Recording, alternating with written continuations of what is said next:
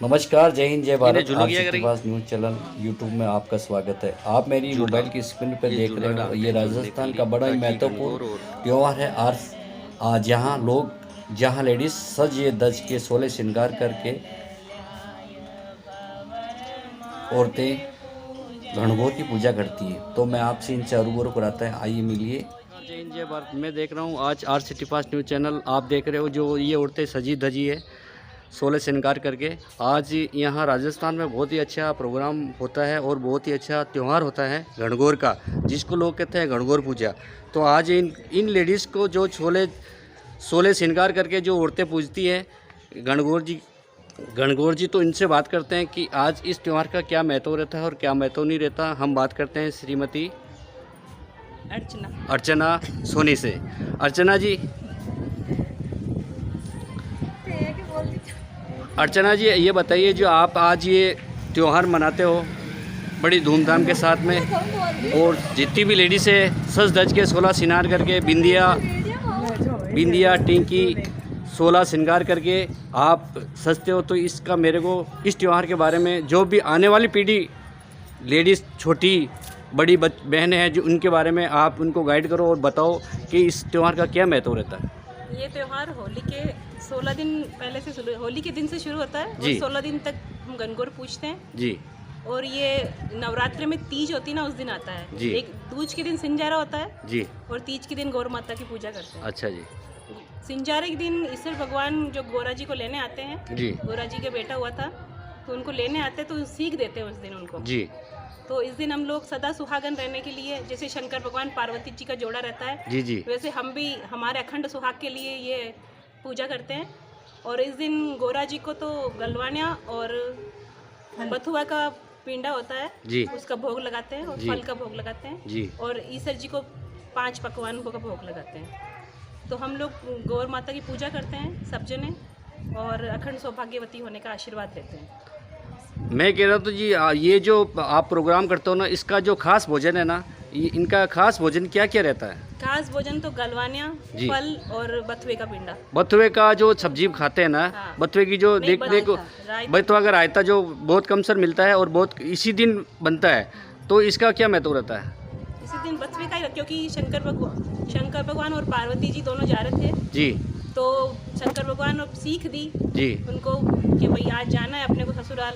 तो ईश्वर भगवान और दोनों जनों ने खाना खाया, तो ईश्वर भगवान को 16 पकवान मिले और गोरा जी ने खाना खाया नहीं था, तो उनके बथुए का पिंडोली आया तो उन्हें बथुआ खा लिया, और रास्ते में चल रहे थे तो दोनों ने रेस्ट किया। तो कहा भाई ईश्वर भगवान ने तो क्या क्या खाया, तो कहा मैंने तो 5 पकवान खाया है। तो गोरा जी ने कहा भाई मैंने भी 5 पकवान खाए जी। तो उन्होंने उनका पेट की ढक्कन उगाड़ के देखा, तो कहा भाई आपने तो 5 पकवान नहीं खाए, आपने तो बथुए की पिंडी खाई है। तो उन्होंने कहा, वो नाराज़ हो गई कि भाई आपने मेरा कैसे देख लिया, आपने मैंने क्या खाया है। तो इस चक्कर में हम लोग बथुए का रायता बनाते हैं, और कि भाई जमाई को तो हम कुछ भी खिला सकते हैं, 5 पकवान बने के लिए बेटी कुछ भी खा सकती है घर में जी। बेटी को सीख दे, बेटी को भी जरूरी नहीं है 5 पकवान। इससे बेटी अपने पियर की लाज रखती है और कुछ बताती नहीं है भाई मैंने आज क्या खाया वहाँ पे। जो आने वाली पीढ़ी, जो बच्चे लोग अभी जो आपसे बच्चे लोग छोटी है, तो उनसे आप क्या महत्व और क्या प्रेरणा देना चाहते हो कि भाई इस त्यौहार का महत्व होता है, हर आदमी को, हर लेडीज़ को, बच्ची को पूजना चाहिए। मैं नीतू से बात करूंगा। नीतू जी, आप इसके बारे में बताइए मेरे को। हर कुमारी कन्या को ये व्रत करना चाहिए, क्योंकि इससे उनको अच्छा घर बार और अच्छा पति मिलता है, अच्छा ससुराल मिलता है। इसलिए हर कुमारी लड़कियों को ये व्रत करना चाहिए ताकि उनको अच्छा घर बार और अच्छा ससुराल मिले, और वो भी इस महत्व को समझे कि भाई अपने ससुराल की बात ससुराल में रहे, पियर की बात पियर में। जैसे कि पार्वती माता ने कुछ भाई उनके खाना कम हो गया था, तो पार्वती माता ने सिर्फ बथुआ ही खा लिया था, और शिवजी भगवान को सारे पकवान खिलाए थे जैसे। लेकिन शिवजी भगवान ने फिर भी पेट की उनका ढक्कन उखाड़ के उनको देख लिया था कि भाई पेट की, तो उस वजह से उसके बाद से कभी भी कोई भी पार्वती माता ने ये भी कहा कि आज के बाद कोई भी पुरुष पेट की ढक्कनी खोल के नहीं देख सकता। उसके बाद से कभी भी किसी को पता नहीं चलता है कि भाई स्त्री ने क्या खाया है क्या किया है। और सभी को गौर माता का व्रत करना चाहिए। और सारी हम स्त्रियाँ होती है, ये अमर सुहाग के लिए ही व्रत करती है, ताकि हमें भी अखंड सौभाग्य का फल मिले और हमें अपना पति का प्यार, विश्वास और उनका साथ मिले। इसीलिए हम गौर माता से मांगते हैं। अब ये जो आप पूजा करने के बाद में जो ये घेर लगाते हो, उसके बाद में आप अब शाम को आपका क्या प्रोग्राम रहेगा? अब शाम को ईश्वर जी भगवान की गंगोर माता की सवारी निकलती है जी।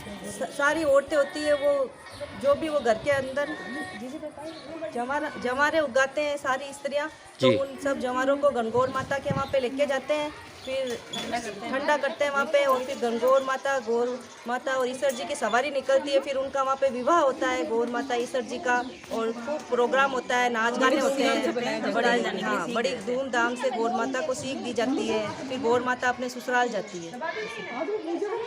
Thank you sir. आपका नाम? Neetu Soni, wife of Kamal Kishore Soni.